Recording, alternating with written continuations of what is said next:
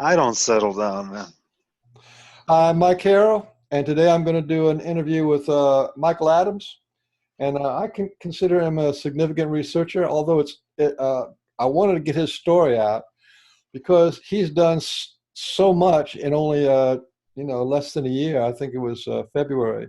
So I want to just see if he'll tell us his story of how he got involved with Sasquatch and how he evolved with them. Understandings changed, and he started a really good YouTube channel and has a great YouTube channel actually. It's called Old Religion, Dystopia, Knowing versus Belief. Yeah, Old Religion, Dystopia, Knowing versus Belief. Let me put that up on the screen share, just so that everybody can get the feel for it. This is what the subscriber sees: Old Religion and Dystopia, Knowing versus Belief. And one of the things that really got me interested in you is this thing of the difference between knowing and belief, and which I think is an important distinction. People throwing around beliefs all the time, and they don't know, So Yeah. knowing is important, and belief to me is an act of war. So okay, take it from the top. Interesting. I know, an act of war, man. I can't believe how bloated I am. So I apologize, folks. Usually I'm about 50 pounds lighter and a little bit better looking for an old man, but that's my own vanity. All this vanity. Well, actually, you say it started back in February, but it really didn't. It started way back even before my son's birth.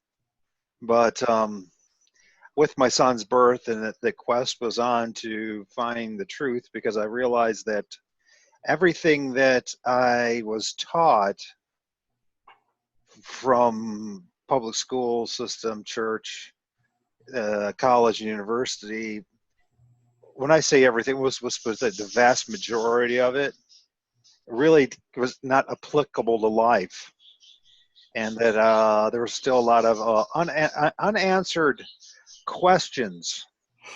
Can you hear my birds in the background? I can hear your birds and some kind of hum like a fan. I mean, I could turn down the fan a little bit, but I can't turn down the birds. The birds are real minor, and the fan is real minor too. If it doesn't really come through that much. So, but the birds are going to be there. The budgies, man. That's my son's budgies. Sherman, Shaggy, and Brian. And two of them are actually girls, but they got boys' names. What the heck? So really, you're saying it started with your awakening, with the sort of the disbelief in the agenda or society's worldview. Well, it started with the, what happened was, well, the biggest, the pinnacle, the aha moment was the alleged capture and assassination of bin Laden. And as I was watching it, it was supposed to be the most important thing, the enemy number one. And I realized it was so fraudulent, fake. I said, oh my gosh, what can I trust? So turn off the television, and just started searching the truth and searching for God and all that kind of stuff. But although I always had been searching for God, but it led me down dark paths. So I went down, it kept on leading me down dark paths. Because an awful lot of dark paths in this realm of reality that we live in. So, but anyways, when it comes to Bigfoot, why Bigfoot? Okay, so in February, I started, thinking about it. I had just finished an old series of mine that I did called Nothing But the Truth on Talk Show. I interviewed all sorts of people, and I learned about how the world works and and politics, religion, who's on top of this pyramidal structure and all that kind of stuff. And I learned a lot about the Bible and more than most people would care for me to have learned. And I just said, I'm going to go down a different direction. It was a direction that I have really not had too much interest in. And I said, well, and I was hanging out with guys that were exposing different elements of culture creation. And I said, well, I'm going to go after Bigfoot. And I went after Bigfoot not to prove that Bigfoot exists, but to prove that it was a government psyop and that it was, another way of dividing, conquering people and messing with people. And in the process, I discovered that there is a government psyop, and then there really is these beings that live within the forest, but they're not what they've been trying to constantly push on us. One of my best friends in this journey has been M.K. Davis, and we have done a series, and he's famous for demonstrating and proving that the Patterson film is real and it's not some kind of costume. But there's a lot more to that story that most people never really know, and I don't feel privy to tell people all that I've been told without MK, because it's his research. But then I started seeing that who's the last fellow you just interviewed, the one ambassador. That's C. Wayne Wilson. Right. So when I've watched his stuff maybe 6 months ago, and I was joined to it, and I thought the guy was full of it. I didn't see anything, but then something happened. Something happened after the eclipse that happened the 21st of August, and I already had understood that the sun is more than what they say it is, and I feel that it is. It's much closer than what they say it is, and that it's actually a type of a portal. And if you study Rahu, and K2, and what these things really are, and these that there are nodes, if you will, they call them nodes, and when they have these moments, these celestial solar eclipse moments, it's like an opportunity for it's like a giant portal itself. So, and things start changing. And also along with that, talking to Kat Hansen, and just being, I said, you know what, I'm not going to judge Kat. At first, I was like, oh, she's a little bit out of it. But the more and more I just, what, how do I know that she's out of it? How do I know she's not telling me the truth? I don't know. I'm not there with her. I got to give her the benefit of doubt.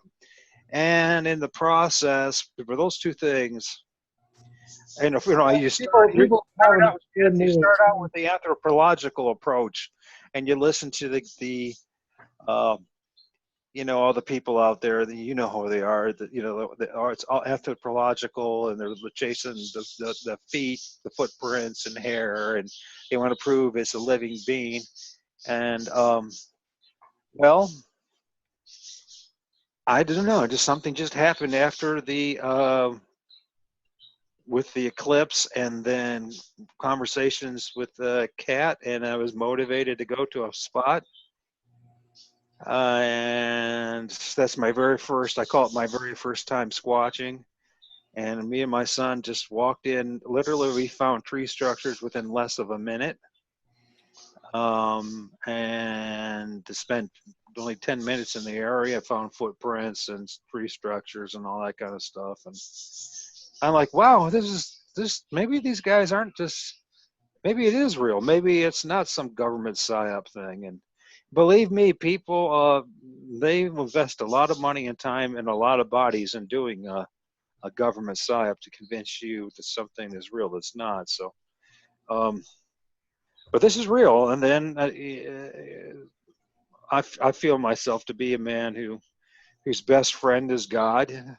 I don't really have any friends outside. I mean, true friends that I count on outside of God, the Creator. source, whatever you want to call it, and title it, because whatever you're going to title, um, that has given us life, it's going to be failed and for all, it's the creation trying to just define the creator, and it's just not going to happen. I mean, the best you try.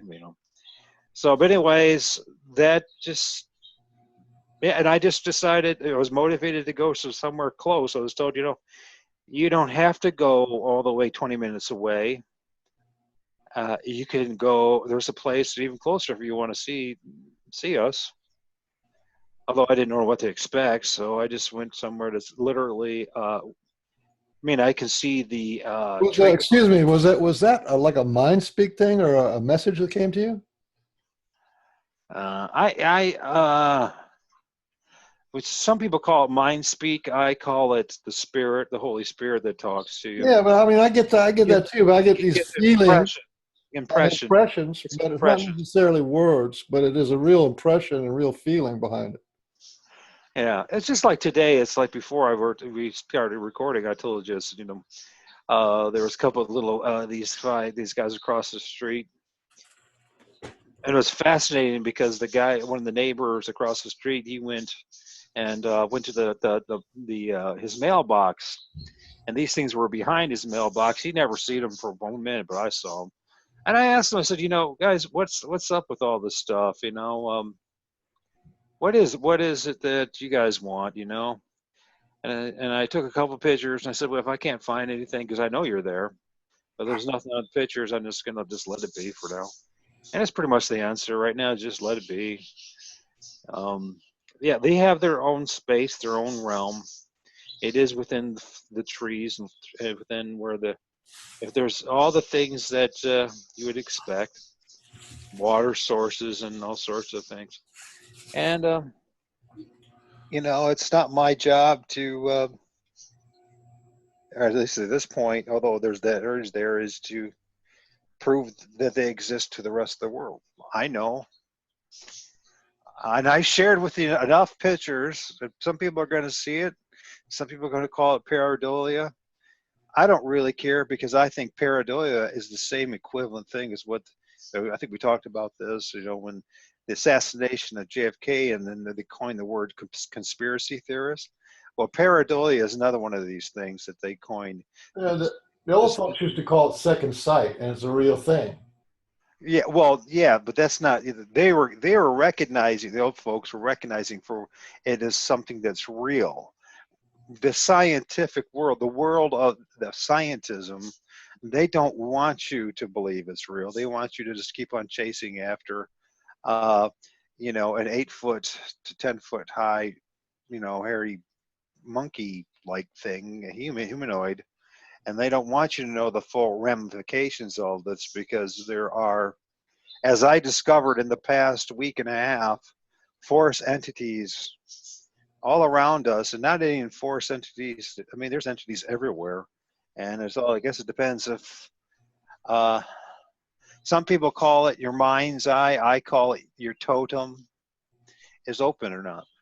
So, And and well, what would you?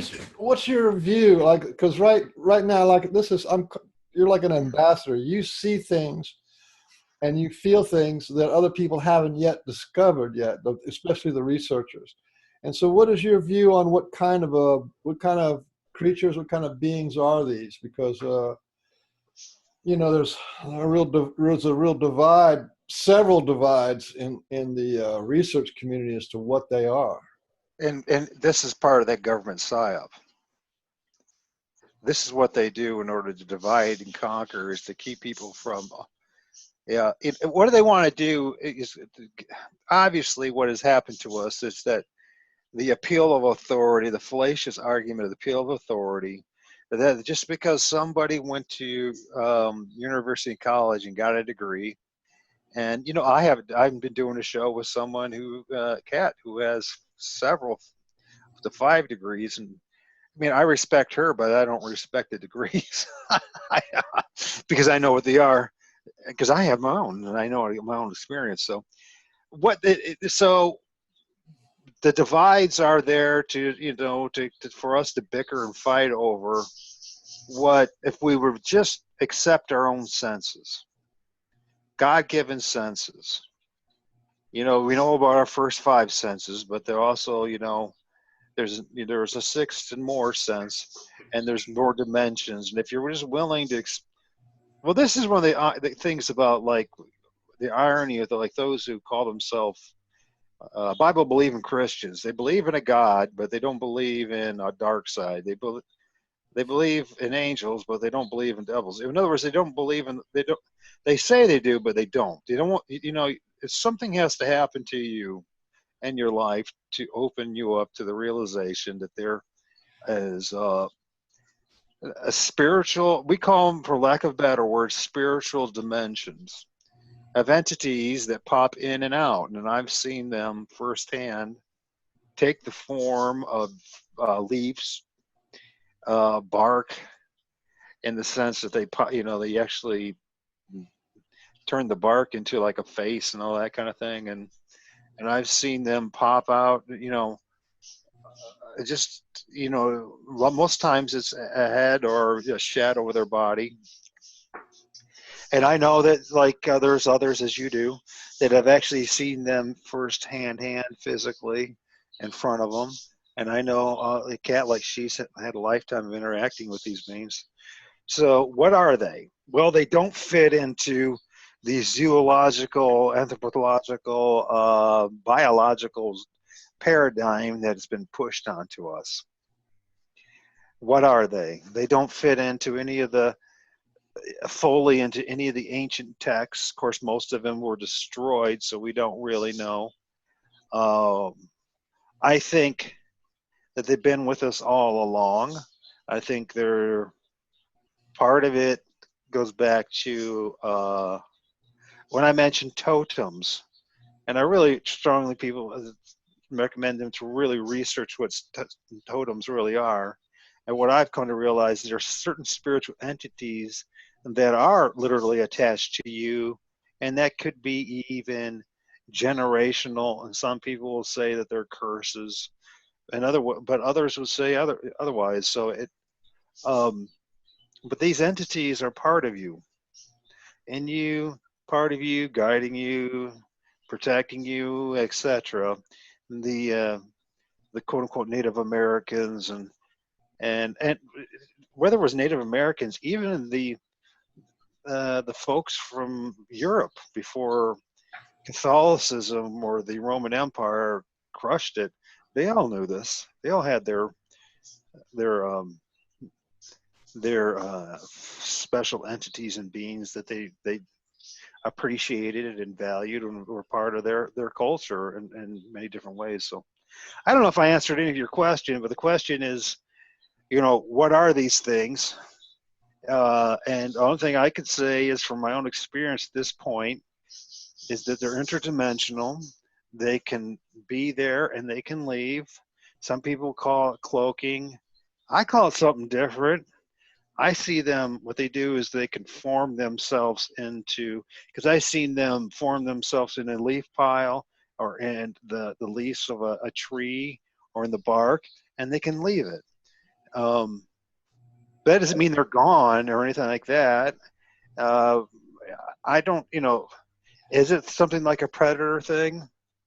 Um, no, I don't believe that. But that doesn't mean I'm right. I know other people say it's cloaking, but maybe it's just it's ignorance on our part of not even having the right word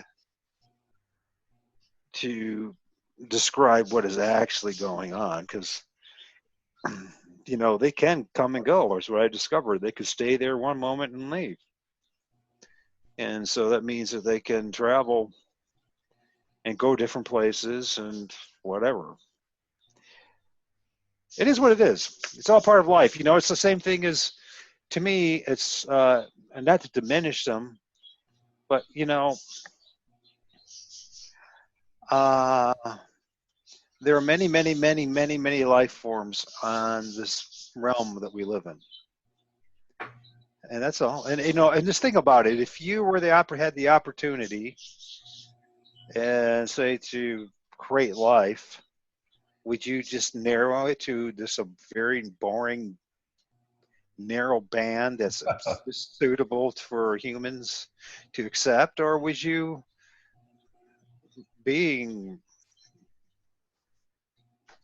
having that power and ability, would you create all sorts of different realms and entities and beings and life forms, and allow the interaction of good and bad, and to see all these different things and have it play out, maybe in a Gnostic way and maybe even a greater way. So it's just like, Well, the thing you said about the agenda, this big split in the Sasquatch community, there's this agenda of kill Sasquatch. The only good Sasquatch is a dead Sasquatch, and they have a TV show about trying to catch the monsters, and then there's another one ego. about trying to kill the Sasquatch. This is very dark stuff, really, and I think that they have to be recognized as a people, or some kind of like a some kind of being that has rights. You know what I mean? You can't just go around killing uh, these beings, I don't think. I think they have been all along too. They usually mentioned as well, like, and I thought about that more. So, I wouldn't be surprised, when you look at the powerful, the rich, and the elite, the ones that are on top of this pyramid and have been given everything they want. I imagine that part of that, not only do they have human hunts where they hunt humans in the forest, but I wouldn't be surprised.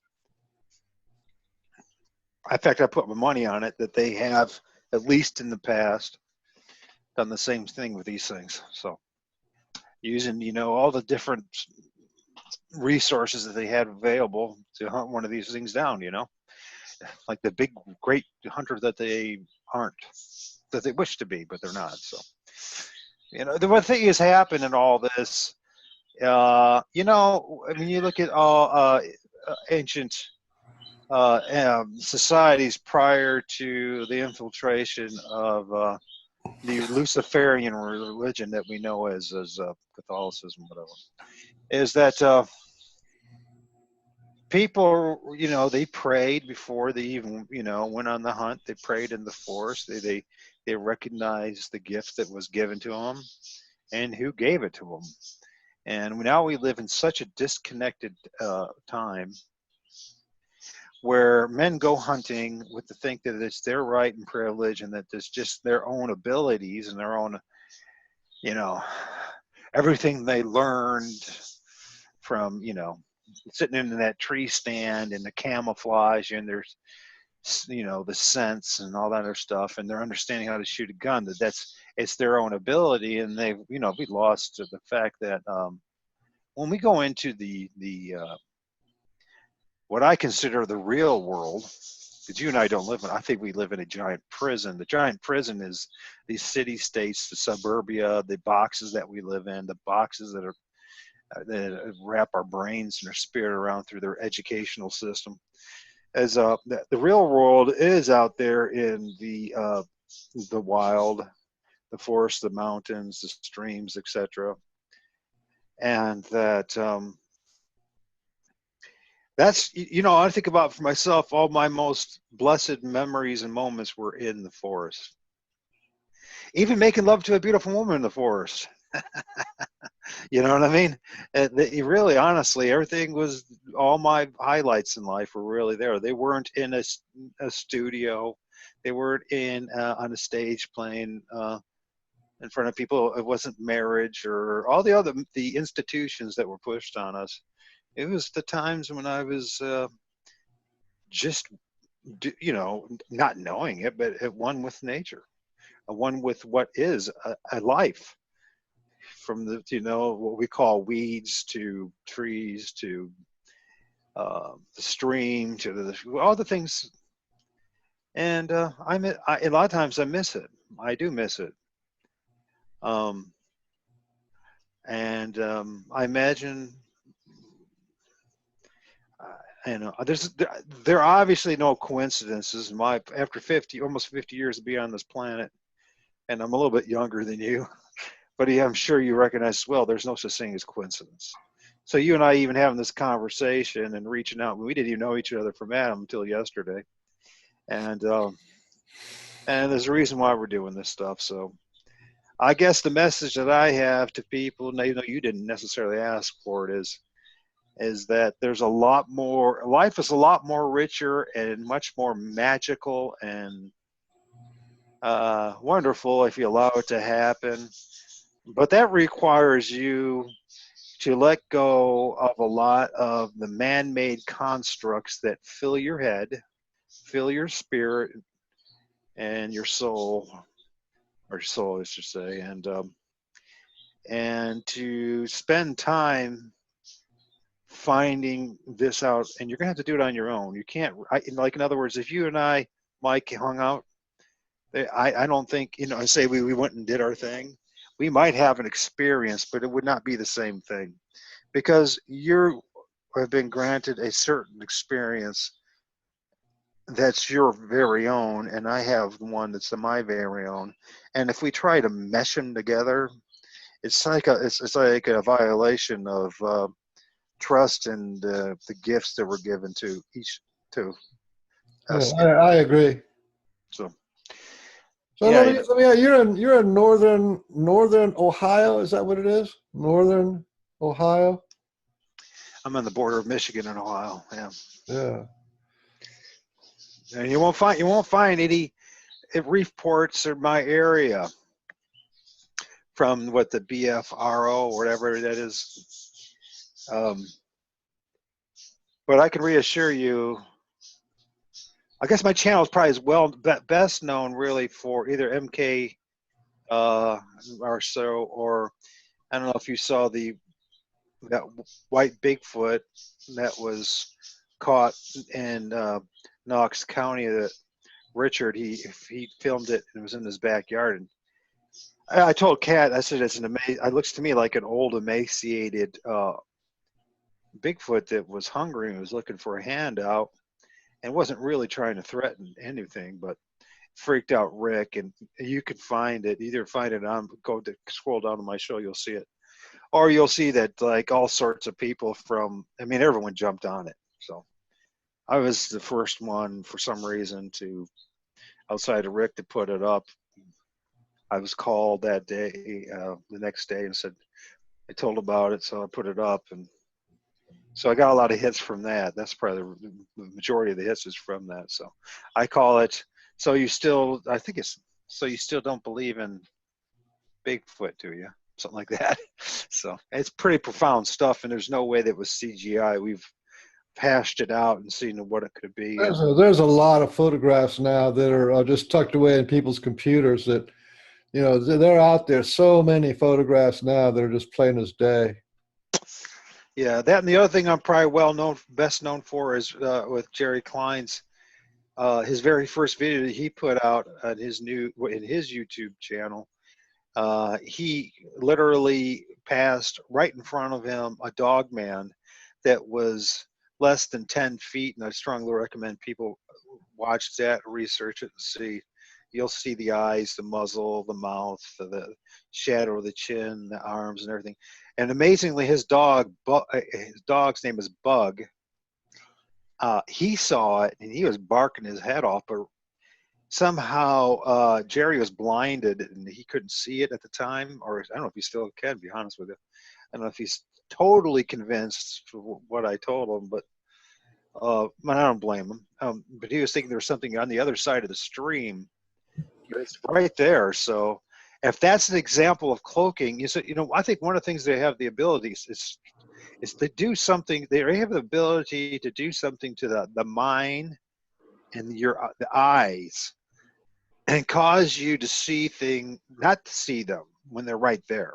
Right. There's like they have a veil, put a veil there, or just blind you, and it's just smirking and laughing at him, going, and it's laughing at the dog, and he's looking at him. You can just see it, and there is even some movement. You can see it because when it moves, there's like it gets a little blurry, and he had no idea. Had no idea that there was an entity or a being literally 10, 15 feet in front of him. But Yeah. it's there. So, and I sat on that for over a month until I said, I'm just going to reveal it and people are going to, you know, As I've told you, Mike, I've lost more subscribers than I've gained, and I don't Well, care because it's just look, as soon as you go to the psychic route, as soon as you say they're paranormal, they can come and go, they can do things to your mind. As soon as you go that route, then a lot of people that their whole cognitive dissonance just bugs out. Just like when some people start talking about the flat Earth, other people just go, "I can't deal with that," and they leave. You know what I'm saying? oh So yeah, I do. it's just a switch off, and that's okay because to me it's like this is I'm involved with the ET people. I kind of like have my finger on the pulse of the research. And the ET people have Would like you do me a favor, a hundred Mike? year program. They've got a 100-year program of slowly indoctrinating people into what ETs are all about. And right now we're around 60 or 70 years of them kind of giving us little hints for 7 years. And I think the Sasquatch people are the same way. They give some people a good shot of what's going on, and other people they just bring them along really slowly. Yeah, I think it all depends on how. I don't know. You know what? It'd be arrogant to think to understand what they're thinking, and so any more than it me to know what you're thinking right now. So, um, but the thing is, I would love to have you ask these ET folks if that's, it's kind of like Bigfoot. Bigfoot is a derogatory term, once again, that was imposed upon us. It wasn't something that, for culturally, for, decade, for generations they were calling it Bigfoot. No, this name came out at the same time or right after the Patterson film or during that time. And I really think it's a very derogative term because not all of them have big feet, and not all of them look like, uh, But the Patty in the Patterson film, and yeah, and there's steamont, as you learned from uh, Cat and others, and there's a lot of other beings entities that are all lumped in as Bigfoot. I'd love to see what would happen if you were to ask them, if you haven't already, about just lumping them all in as ETs. oh, there's all kind of names. I mean, But but maybe, but maybe it's so there's constant. something similar. There's something similar with the ETs and the Sasquatch, and that is the ETs that you hear about, that I hear about, is they don't talk much. They're not into this whole talking thing of like, well, here we're from this planet and this and that and our history and your history. They don't go in for that. To them, what's real is like your heart, your consciousness, and you're there with them, and that interaction. That's what's real. And this whole who I am and what my lineage is and what my language is, what my history, they don't go in for that. You know what I mean? So there's lots of similarity between them and Bigfoot. There are big feet people, Sasquatch people who are very articulate. They can speak English very well. Others are kind of like it's a second language kind of a thing. But Yeah, yeah, yeah. you're Well, I not think gonna, but they don't, they, they're not into like that whole history story thing. It's like right now, what's going on with well, you? our history is a lie. It is a lie. If anybody does any real research and really breaks it down and really challenges what mainstream history has told you, and if anything comes out of a television, I mean, if people understand that the television was originally it was a weapon. It was a militarized weapon. The first thing they were trying to do is see how they could channelize entities for their own doings and their makings. And that's, one of the biggest things that you could ever do for yourself if you want to be more connected to the world, the realm that we live in as a whole, is get rid of that damn thing, that damnable thing called the television. You're not learning anything. This fact is not intended for you to teach you the truth, but to deceive you and blind you and cause you to despair and to judge beauty falsely and to all sorts of things.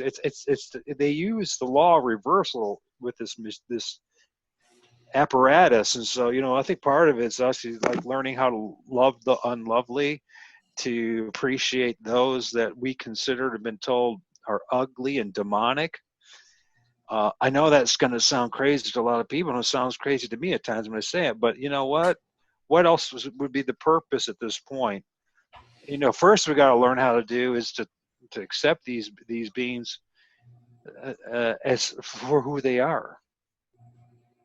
That's the first lesson in all this. And then it's like you know what is love? Anyways, most people think love is, well, you know, uh, it, it's like something about personal gain. You're trained, I got to get the man of my dreams, the woman, my trophy wife, and blah blah blah, and make sure that they have everything that they want, not need, but want. And look how many people within 7 years, 3 to 7 years, they're divorced and have kids, and they don't. It takes such a long time for us to learn what love is, because we are, from birth. From birth, you're abused, and before you even get out of the birth canal, you're being abused, and the moment you get out, you're getting sweated, and we can go into all that kind of stuff too. But I know you hit a show with somebody that talks a little bit about how we're all of us are prematurely born, and he has some valid points to that point. But anyways, the fact of the matter is that it takes a long time, a lifetime, to learn how to love people. And we think we know how we love people because we're in the same group, and they think the same thing, and they regurgitate and parrot the same words, and they like the same football team. But in reality, none of that's love. That's just your desperation to want to belong, and you'll do anything. Yeah, there we have a really strong in crowd, out crowd. My tribe, your tribe, and that's and there's competition there, and desire, and lust, and And greed. it's a false tribe. It's a false tribe. Whereas before, there was a reason why, say, North Americans, there were tribes, and this all go back to totems and the spiritual realm, and that they were meant to. And it wasn't just about genetics and spreading healthy genes around. It was even more than that. So, and but it's we live in a society today where everything is polluted. It's wrong, and they did it deliberately. The Western culture, I quite frankly, from all my research, it's going to make some more people angry, but I don't care. I'm not about to speak the truth. The Western culture is demonically run, and is in total opposition with the creation. And they're talking to the UN and all this stuff. They're all talking about, oh, we got to, love Mother Gaia, nature. But you know what? They're not serious one bit. You know who's serious? All right, guys, and I'll put myself in it. I try. I mean, I got native flowers throughout my property. I got, to helps the very few the honeybees that are left, and all the other animals, and it's not about me. It's not about having a beautiful lawn, and you know what I mean. It's about, I used to design nature trails, and I try to even do greenscaping. You try to convince guys, developers, that if you, instead of develop every square inch of the parcel of land that you've been granted to develop on, why don't you conserve 30% and see how much more money you can make? And I proved that too. I proved that with the developers in my own region, that they could make over 30% more just by doing that, which is interesting. 30 serve 30% and gain 30% more in profit. But I don't want to do it. It's too much effort. So, and that's because it's a spirit too. We live in this a realm where we talk about zombies and the spiritual dead. Well, I discovered I'm only now waking up, and the vast majority of people around me are literally the spiritual dead. They are dead. They spend their whole time texting. They don't see what's around them. They're looking for the next lay, where they're going to get the next fashionable shoes, the party, that car. They're dead. And the more and more I become awake, the more and more I realize how little anything materially matters. So, you've actually gone into the woods a little bit. Not a great explorer, but you've been out there and you've seen signs and you've taken pictures. You've taken a lot of photos. Well, it's interesting because as a child, that was my refuge every single day. I was like, spend most of my time alone in the woods. It was interesting, I lived in the same. I tried all my best to run away from this place, but I'm here, and there's a reason why I'm here for something, and it's beyond my son. And so I spent all this time before they developed it all around the creeks and in the woods. I mean, literally every day. That was my paradise, as my refuge. It was either that or go home and go through all the dysfunction in the house. So, and I loved it. And a lot of the places where I'm seeing these entities are places that 30 plus years ago, I hung out as a child, fishing and catching minnows and discovering all things. I wonder if these entities knew me all along anyways. So I'm sorry about how pixely a lot of these things are, but if you can look, you can see right here with this images that you have. If you look closely, there are beings, and there's better pictures and stuff. So, but yeah.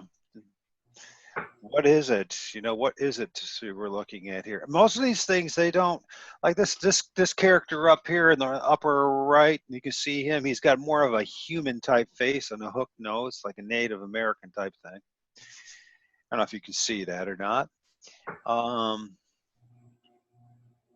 Yeah. I mean, these things have always been around. So I don't think you're ever going to have perfect pictures. You might get one or two of them. They might give that to you. But, I think we're going to have to accept the fact that what we call blob squatches is because of the fact that we're dealing with interdimensional beings. They're not going to let you take a good picture. No. We're it's not like a family portrait, we're not going to So, and I think this is a brilliant strategy too, because you know what? It's a way of dividing, their way of dividing, maybe the creator's way of dividing the spiritually dead from the spiritually awakened or alive. So the spiritually dead are going to follow a nihilistic scientific approach spiritually when it comes to these issues. And those who have a little more of a spiritual bent to them, well, they're going to see and accept the fact that there are shadow people and there are entities that don't fit the paradigm that was taught to us by the blind leading us. And I hate to say, well, I don't hate to say that. At this point, it's the absolute truth. Our teachers, for the most part, were blind people with good intent. Is the blind leading the blind? Our teachers, when they're teaching, like my science teacher, he really didn't know what he was talking about. He thought he did. It fed his ego, made him feel really great, and superior, gave him a job. As long as you push the status quo paradigm and storyline, then you're going to get, a small stipend. You're going to get some, it's like that whole thing that you hear in the Bible. They talk about, Esau selling, his birthright for a pot of porridge or some soup. By the way, we've all done that. So it's easy to judge Esau, but every one of us who's been indoctrinated into the system have done that. So you're kind of you're kind of like a mystical Christian, and you have this whole sort of Bible slant on Sasquatch, which I'm not really sure I got the whole thing, because I'm a mystical person, but a lot of the stuff in the Bible I don't believe. And so there's this whole thing Well, I about. don't think the Sasquatch is it's once again it's a term to try to label a whole group of forest beings and entities. But if you Yeah, look, how could you call them all four fallen angels? Like, as far as I knew, this fallen angels were only a few, or I don't know, but I don't know anything about well, it. a third of heaven fell. Oh, that There part. was Yeah. rebellion, and there I was think those guys are running General Motors myself.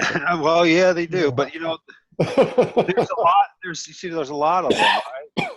Okay, I got So, you. there's. Let's put it this way: it's self-evident from just my own personal experience that there's a lot more of them than us. Of the fallen people.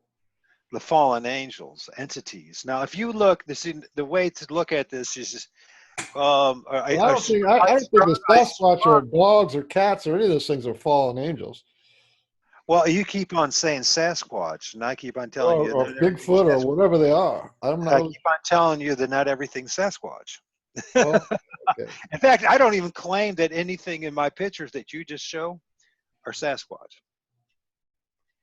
True that. They're forest beings. And just as you and I both have our totem and we have entities attached to us, and some are good and some are bad, so do they.